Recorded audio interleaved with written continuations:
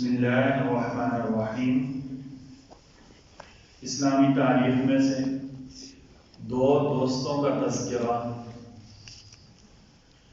قرآن کریم کی سورہ کہف میں دو دوستوں کا اللہ تعالیٰ نے تذکرہ کیا ہے۔ وَاضْرِبْ لَهُم مَثَلَ الرَّجُلَيْنِ جَعَلْنَا لِأَحَدِهِمَا جَنَّتَيْنِ مِنْ أَعْنَابٍ سے ان میں سے ایک بہت زیادہ دولت والا تھا۔ اللہ تعالیٰ نے اس کو بہت سارا مال اور دولت عطا کی تھی۔ اس کے انگور کے باغات تھے جس کے چاروں طرف کھجور کے درخت لگے ہوئے تھے اور درمیان میں انتہائی شاندار کھیتی تھی۔ اتنی مال و دولت کے باوجود وہ خدا کا منکر تھا، تکبر کرنے والا تھا اور غرور کرنے والا تھا۔ دوسرا اس کو دوست غریب تھا، پریشان حال تھا، لیکن ایمان والا تھا اور اللہ کی نعمتوں پر اللہ کا شکر ادا کرنے والا تھا۔ ایک دن دونوں دوست اکٹھے ہوئے۔ دولت مند تکبر والا کہنے لگا میری دولت ہمیشہ میرے پاس رہے گی اور کوئی طاقت اسے چھین نہیں سکتی۔ اس کے غریب دوست نے کہا اپنے مال اور دولت پر ایسے گمان نہ کرو، کیونکہ ہو سکتا ہے کہ اللہ تعالیٰ مجھے تم سے زیادہ دے دے اور تمہارا مال اور دولت کسی آسمانی آفت سے تباہ و برباد ہو جائے۔ ایسا ہی ہوا، اللہ نے اس کے باغوں اور کھیتوں پر عذاب بھیج دیا۔ وہ افسوس کرتا رہ گیا۔ یقیناً مال و دولت پر تکبر کرنے والے اور غرور کرنے والوں کے ساتھ اللہ ایسے ہی کرتے ہیں۔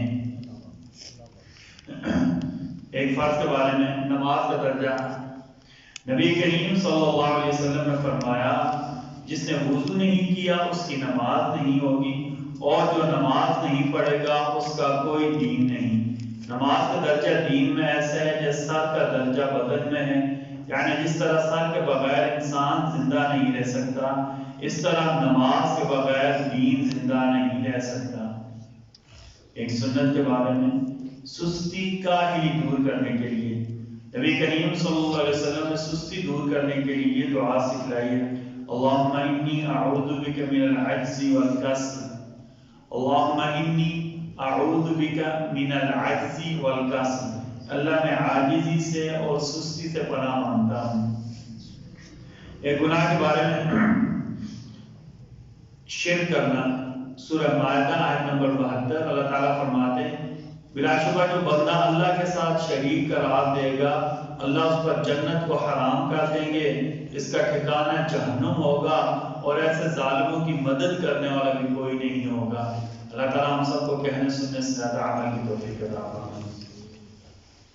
بسم اللہ الرحمن الرحیم، بسم اللہ والصلاة والسلام علی رسول اللہ، بسم اللہ وعلی ملت رسول اللہ، ربنا تقبل منا انك انت السميع العليم وتب علينا انك انت التواب الرحيم برحمتك يا ارحم الراحمين۔